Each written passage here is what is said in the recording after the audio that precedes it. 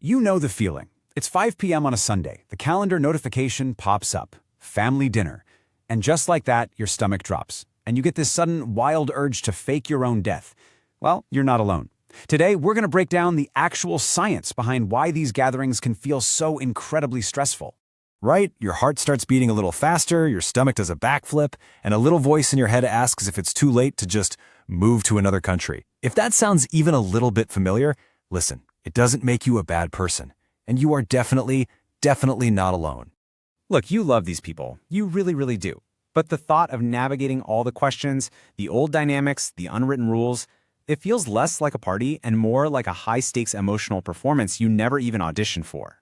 So in this explainer, we're going to break down exactly why you feel this way. We'll start with the psychology of forced fun and hidden labor. Then we'll jump into the emotional time machine that makes you feel like a teenager again. After that, we'll get into the pain of comparison and broken boundaries. And finally, and this is the important part, we'll give you a real survival strategy to protect your peace. Okay, first up, why do you feel so completely drained after a family dinner, even if you just sat on the couch the whole time? Well, it all comes down to two really powerful psychological ideas: obligatory socialization and the intense emotional labor of what's called social masking. So the first idea is obligatory socialization. See, hanging out with your friends is a choice, and it can actually recharge you. But a lot of family events, they feel like an obligation. And your brain is smart. It knows you aren't really there by choice, and that single distinction changes everything. That feeling of not having a choice, it triggers a very real stress response. Your nervous system doesn't know the difference between I have to be here and I am trapped. It just senses a low-level threat and starts pumping out anxiety, kind of like being cornered by a stranger in an elevator who just will not stop talking. Think about your social energy like a battery. When you choose to spend it with friends, it can actually be restorative. But when that energy is demanded by an obligation, it's just a constant drain, leaving you totally depleted before you've even had dessert. And on top of that, you're performing. This brings us to the second concept, social masking. This is the heavy emotional labor of managing everyone's feelings, laughing at jokes you've heard 1,000 times, and pretending you're deeply fascinated by your cousin's crypto portfolio. The part of your brain that handles self-control is just working in overdrive.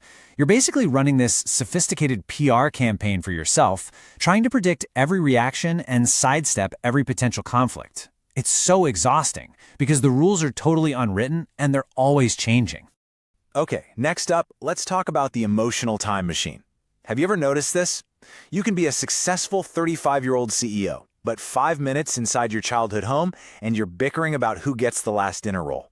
Yeah, there's a real psychological reason for that. It's all thanks to something called family systems theory. The idea is that within a family, everybody gets assigned a role that gets locked in really early. Maybe you're the peacemaker, or the responsible one, or the troublemaker. And it doesn't matter how much you've grown up, that system will try to pull you right back into playing your old part.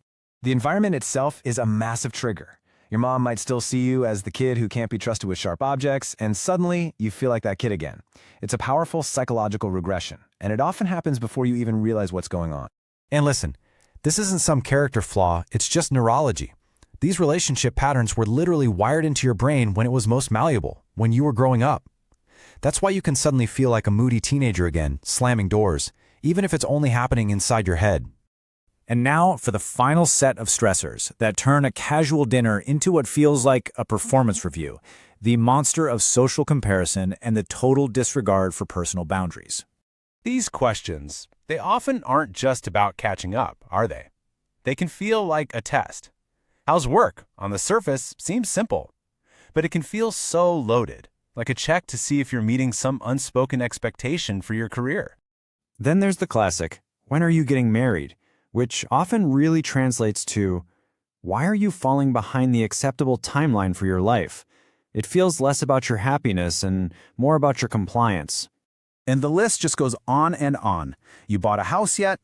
Every single question can feel like you're being measured against some invisible family scorecard. These gatherings can become these festivals of social comparison, and honestly, it can be brutal. And here is the absolute kicker.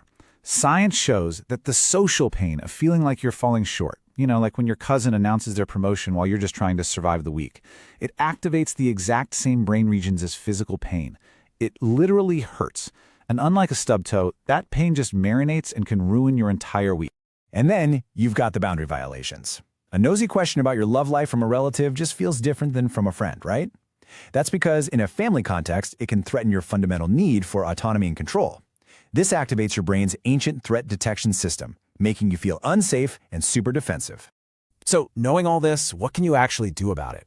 I mean, this isn't about avoiding your family forever. It's about building a strategy to protect your own mental health so you can actually show up as the best version of yourself. Okay, first, just give yourself permission to feel whatever it is you feel. You're not broken for dreading this stuff. You're self-aware. Second, think like a strategist. Set a time limit for your visit. Have an escape plan, like a friend who's on standby for an emergency call. And hey, if you can, stay at a hotel to give yourself a neutral space to retreat to. And this is so important to remember. Setting these boundaries isn't you being difficult or avoidant. It is a necessary act of self-preservation. You can't pour from an empty cup, and you certainly can't be present and loving if your social battery is completely drained before you even walk in the door. And let's just end on this one thought. The people who truly love you will respect your need for peace. Your mental well-being is not up for negotiation, and protecting it is the healthiest and frankly the most courageous thing you can do for yourself and for all of your relationships.